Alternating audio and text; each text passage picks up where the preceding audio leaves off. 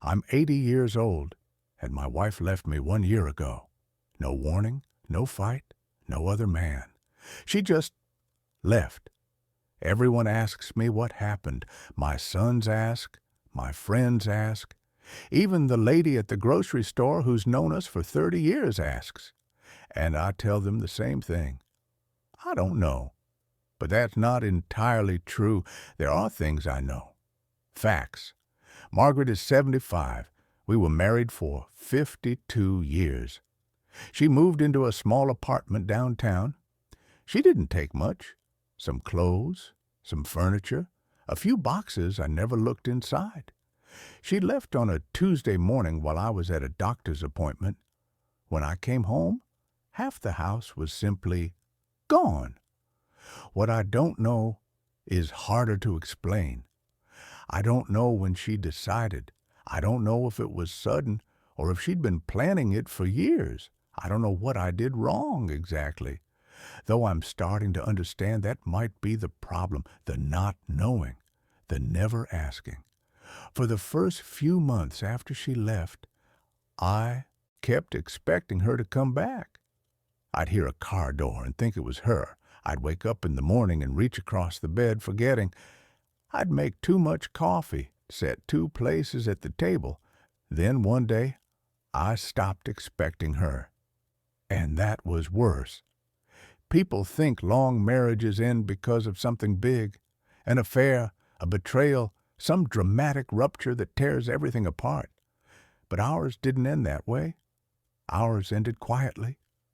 So quietly, I didn't even hear it happening. Let me tell you about the spare bedroom. For the last 10 years of our marriage, Margaret spent most of her time in there. At first, I thought nothing of it. The house was too big for just the two of us. The kids were gone. She needed her own space. That made sense. But as the years went on, she spent more and more time in that room. Hours every day. I'd come home from work. I still did consulting part-time, even in my 70s.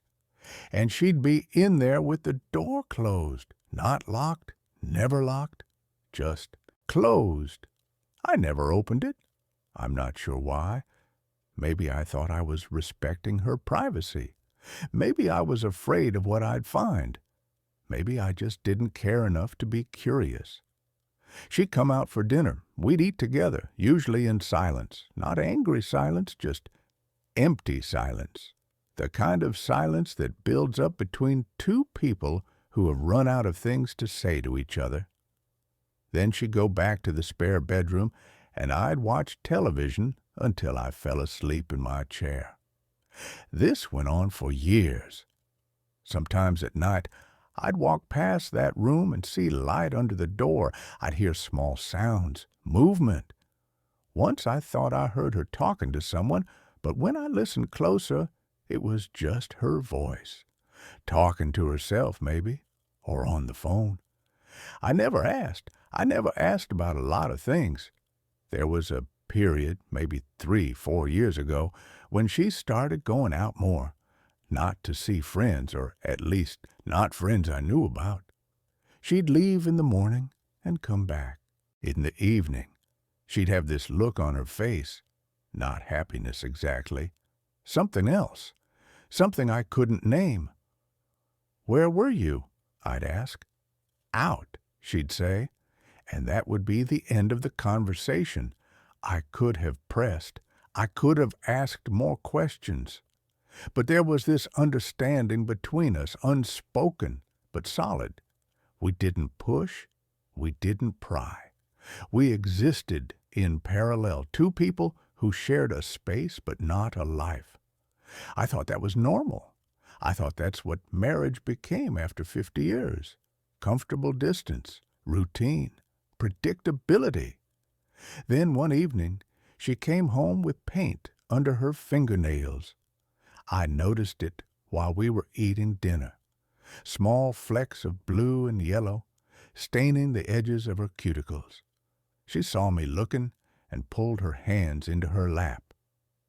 "You painting something?" I asked. "Just a project?" she said.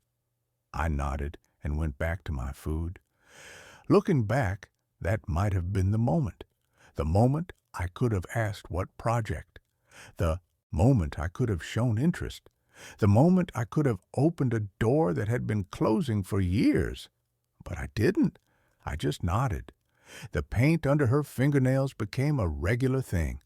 Sometimes red, sometimes green, sometimes colors I didn't have names for.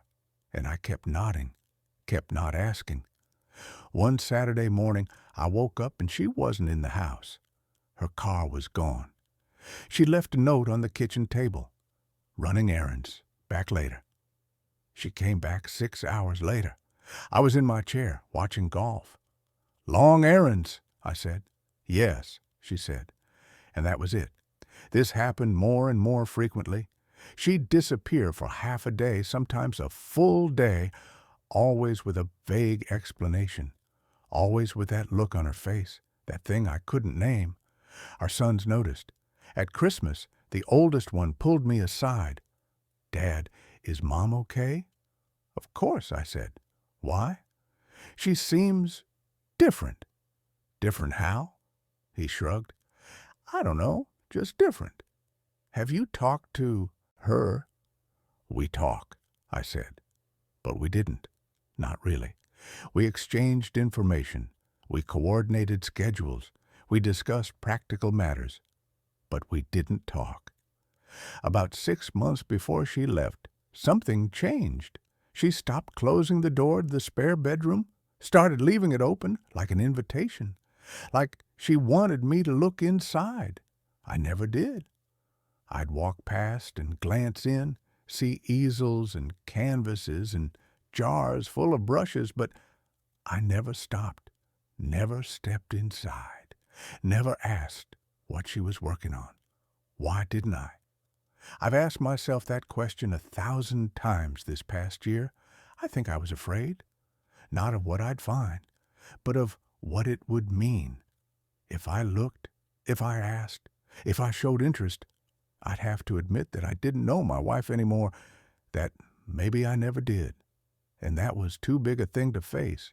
So I kept walking past that open door, kept not looking. Then one evening, this was about a month before she left, I came home and found her sitting at the kitchen table with brochures spread out in front of her, rental listings, small apartments in town. What's this? I asked. She looked up at me, really looked at me, the way you look at someone when you're trying to decide something important. I'm thinking about getting my own place, she said. I laughed, actually laughed. Your own place? What for? We have a whole house. I need space, she said. You have the spare bedroom. That's not what I mean. Then what do you mean? She was quiet for a long time. Then she said very softly, I need space from you. That should have been the conversation. That should have been the moment we talked about everything, all the years of silence, all the closed doors, all the questions I never asked.